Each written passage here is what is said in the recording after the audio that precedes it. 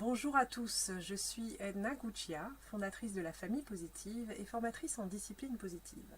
Dans cette série de vidéos, je vous propose de répondre à vos questions sur les défis de l'éducation que vous rencontrez avec vos enfants. Aujourd'hui, je vais répondre à la question de Philippe qui rencontre la difficulté suivante.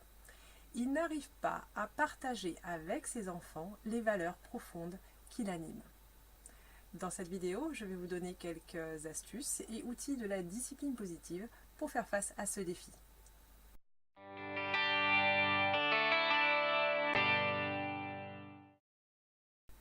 Alors, concrètement, la difficulté que rencontre Philippe, c'est que ses enfants ne mettent pas leurs déchets au recyclage.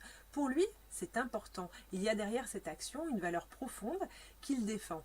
Alors ici, c'est le recyclage, mais on pourrait parler de l'entraide ou du sens du partage. Faire le tri des déchets, ça a un sens pour Philippe, mais pas pour ses enfants. Donc ce qui est important, c'est de pouvoir partager avec eux le sens que cette action a pour Philippe.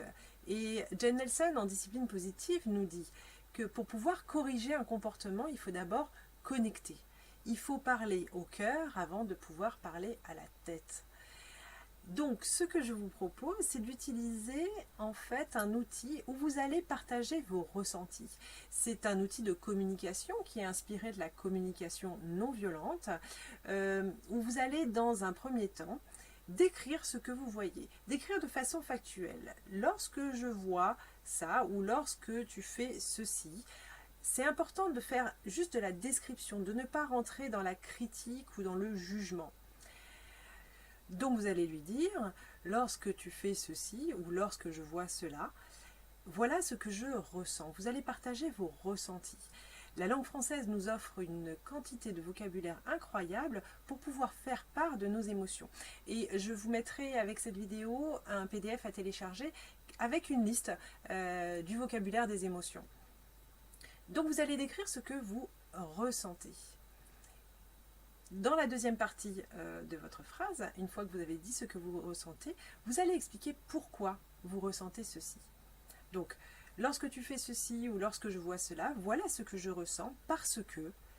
Et enfin, vous allez terminer en demandant ce que vous aimeriez voir ou ce que vous aimeriez qu'il fasse. En utilisant cette construction de phrase, en fait, vous partagez vraiment ce que vous ressentez. Vous n'êtes pas en train de l'accuser. Et ça, du coup, ça enlève l'argumentation ou de rentrer dans une discussion sans fin par rapport à ce que vous lui demandez.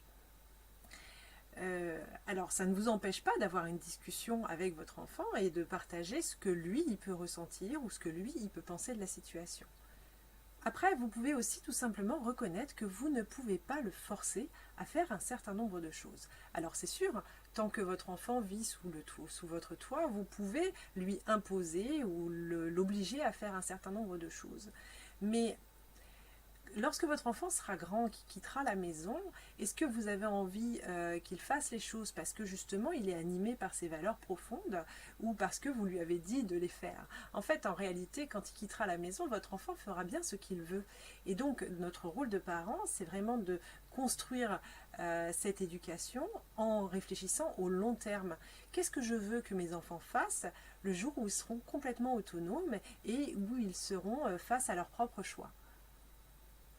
Et vous verrez que peut-être le simple fait de reconnaître que vous ne pouvez pas le forcer à faire un certain nombre de choses lui permettra de lâcher prise et de sortir peut-être d'une lutte de pouvoir qui aurait pu s'installer autour de ce problème spécifique. Voilà, j'espère que cette vidéo vous a plu. N'hésitez pas à la liker et à la partager. Je vous retrouve dans une prochaine vidéo pour répondre à vos questions et si d'ici là vous n'avez pas encore lu l'e-book que je vous offre, tout ce qu'il faut savoir pour être un parent positif, vous pouvez le télécharger grâce au lien que vous retrouverez avec cette vidéo. Je vous dis à très bientôt, ciao!